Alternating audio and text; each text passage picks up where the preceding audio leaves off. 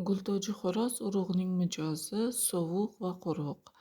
Yeganda issiqdan bo'lgan kasalliklarni davolashda yordam beradi. Urug'larning yanchilgan kukuni yuza qo'llanilsa, issiq shishlarni eritadi. Urug'lar gicha tushiruvchi, qon kasalliklari, oshqozon va og'iz yarasini tuzatuvchi, ko'z nurini yaxshilovchi sifatida qo'llaniladi. Urug'lardan oqsilga bo'y un, kraxmal olinadi. Ulardan non mahsulotlari tayyorlash mumkin. Urug'larida qimmatli aminokislota arginin, to'yinmagan yog' kislotalari bor. Gultoji xo'roz urug'ining yog'i makajo'xorin yog'ining tarkibiga o'xshab ketadi. Ammo E vitaminlari tokotrienol ko'rinishida bo'lib, bu tokoferol formalarga nisbatan antioksidant xususiyati 40-50 barobar kuchli bo'ladi.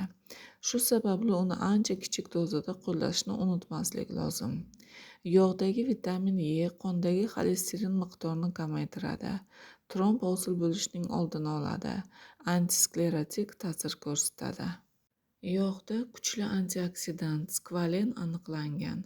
Yog'ni olish texnologiyasiga qarab, skvalen 5-15% gacha saqlanadi va g'aroyib darajada jarohat bitkazuvchi ta'sir ko'rsatadi.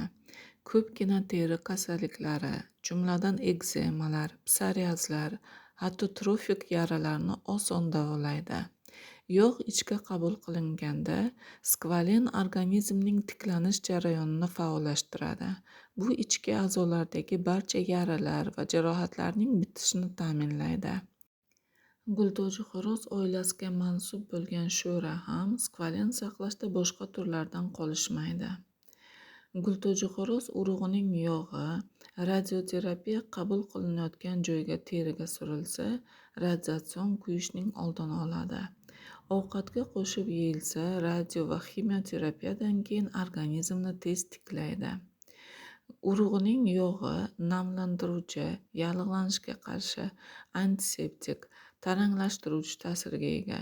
Shu sababli mashhur kosmetologiya sanoatida quruq va muammoli yuzlarni parvarish qilishda qo'llaniladi.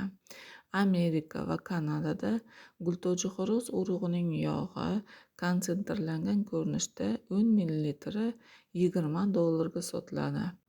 Kanadaning Sal International kompaniyasi yog'ni Master Formula mahsulotida organizmni detoksikatsiyasi uchun qo'llaydi.